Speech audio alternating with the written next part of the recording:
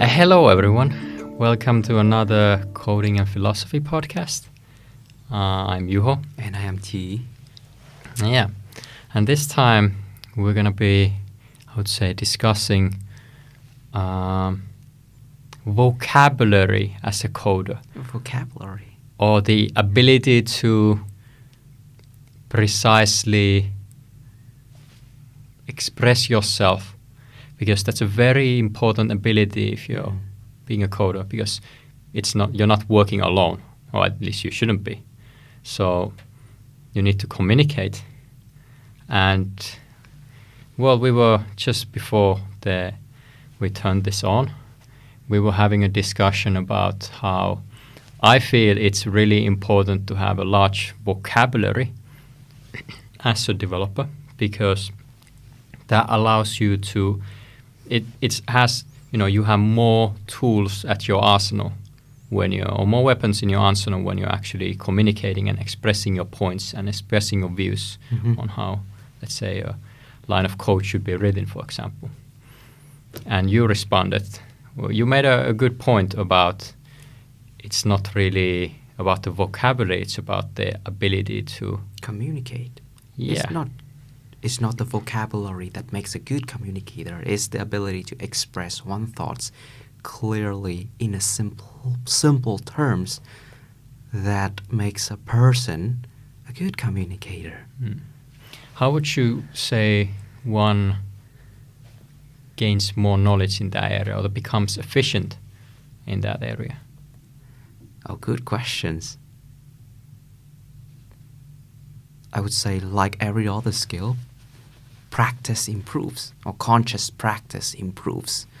So practicing communication in multiple forms, such as writing the document, writing comments in the code is a form of communications.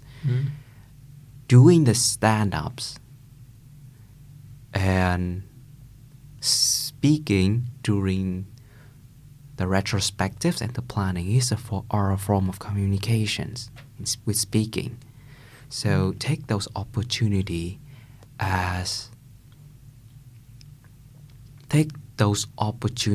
to consciously apply, practice, and improve the communication abilities that will eventually improve the way how you can express your thoughts. I would say it's that coupled with the self-reflection, because it's not just about, communicating a lot or talking a lot. It's also about reflecting on how did you communicate and how did the interaction go. Right, the feedback from other people as well. Yeah. Right. So you need to analyze what just conspired. So for example, if you have someone who's been in 1,000 sprint planning sessions, it's not necessarily better in those than someone who's been in 200 but has analyzed every single one. That's where I say the consciousness comes in, because with consciousness, even with 1,000 iterations of sprint planning, but without much thoughts invested in that, you can do 1,000 things again and again without improvement. But with just 200, with the analysis self-reflection technique, you identify what things can be improved and then try to implement that during the next iterations, and that creates the incremental improvement. Yeah, and when I think about the places where coders really need communication skills, or where that comes into play, it's, well, like you said, writing the comments and also naming variables. Naming the variable semantically. Yeah, so that the other developers are more easily able to understand. Yes, please don't name your variable as data, because everything can be on data. Yeah, that's too generic of a name. Yeah, but I would never say please don't do this, because it's all relative, Exercise that with precaution and judgment then. That's a good way to put it. And one thing which pops into my mind is Albert Einstein said that give me a problem, I'll spend 90% of my time analyzing and defining it, and 10% of it solving it. Yes, and I hope your colleague and your boss doesn't see you laying around doing nothing because you are spending time thinking about the problem rather than coding. Yeah, it's... That's why I like to work from home, so that I can think about the problem without being watched. But please carry on with your train of thoughts. Yeah, well, I think you brought in some new train of thoughts in me. Choo-choo. Choo-choo. So there's different tools on how you can define and articulate the problem. Mm-hmm. For me, it's writing. That helps a lot. And often just speaking to someone about it. But that requires that the other person is he doesn't try to direct the conversation to somewhere else. He keeps it in the problem. He keeps it in the problem. Which that's a big challenge. Allow me to say, if you don't need the listening person to respond to anything, but just need an eyes for you to talk, I recommend a rubber duck. Well, it's not that. It's that the listening person should be. I don't need. Let's say this. I'm very, I would say, skilled in just talking to myself in a way, and I do it in a form of writing, or I do it in my own head. But when I mean talking to someone else about the problem, that the other person asks questions about it to give more.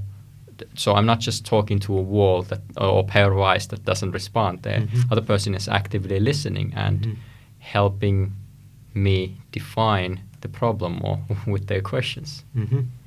So, yeah, that's finding a partner like that who you can, do that with. Well, I guess if you just go up to someone and says, hey, look, I have a problem, I want you to help me define it. And you just communicate clearly what you're seeking out of that interaction. And if the other person says, yes, I'm up for that, or if they say, no, I have some other stuff to do, then you can, do what you want, There are two ways you just mentioned two ways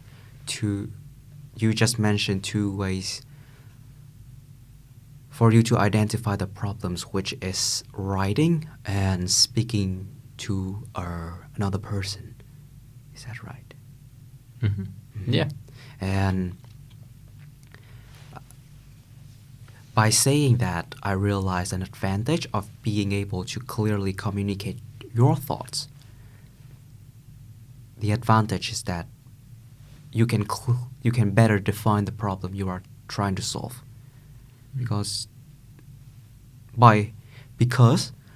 you understand it, and then you are able to formulate the problems inside your head, and then you're able to communicate that out onto the world. And that's a powerful ability. Yeah.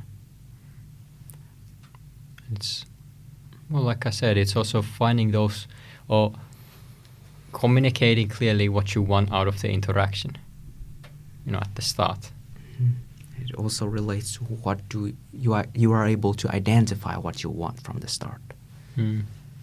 Yeah, well, that comes into, let's say you define it on your own at first. Maybe these are the steps you take. You try to define it on your own. You speak to yourself like, okay, this is the problem, and you define it. And then you go,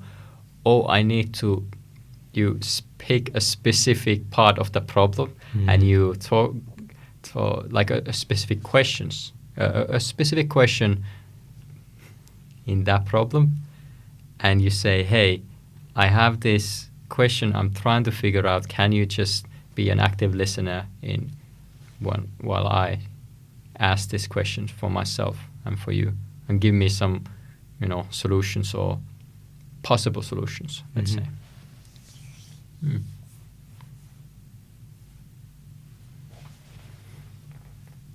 And I've also, well, one thing which pops into my head is how,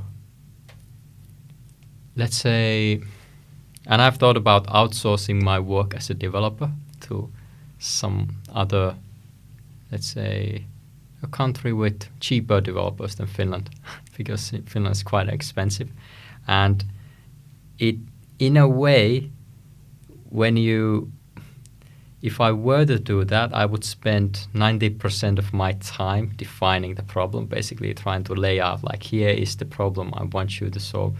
And the, like, outsourcing person or company or whoever would just do the rest 10%, which is quite, in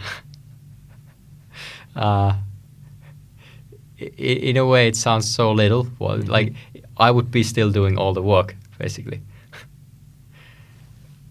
So, yeah.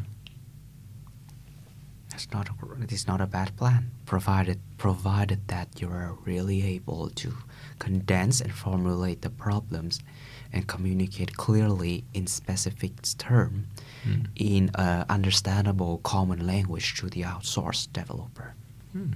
But I think that's what makes you a real, well, the great programmer, is that if you're able to articulate the problem in a concise way. Yes, and then articulate the solutions in a concise way, which is sometimes the code or sometimes. But I would say it's not, the company Futurize, they have an action statement of love the problem, not the solution.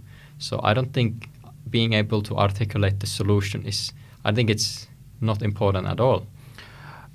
When I say to articulate the solution is that you are able to devise strategies and lay out the actions to pursue the strategy. Because people buy solutions to a pain point. And if you are able to communicate that your tools solve a pain point, people buy into it. And sometimes that tools is a code. Sometimes the tool is the software. And even though you're in love with the problem, as you quoted from Futurize, but the ability to communicate your solutions in such a way that people want to chip in. And that's so powerful, because people now trust you, because you just provide them with relief and remove them from pain point. Meanwhile, on the other hand, if you just keeping talking about the problem, then now they just think about the problem, and then that fact makes them being more entrenched in the pain point, because people want to find the things that alleviate them from the problem. Well, one That's thing my which take on it. I learned working as a developer is no one cares how you solve the problem. They only care like, I could do the most fanciest type of code possible and present it, and as long as it works, as long as it's the actual solution doesn't really matter.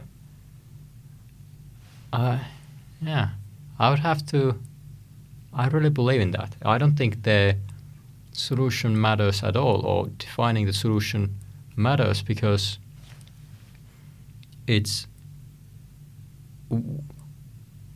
once you have that, then it's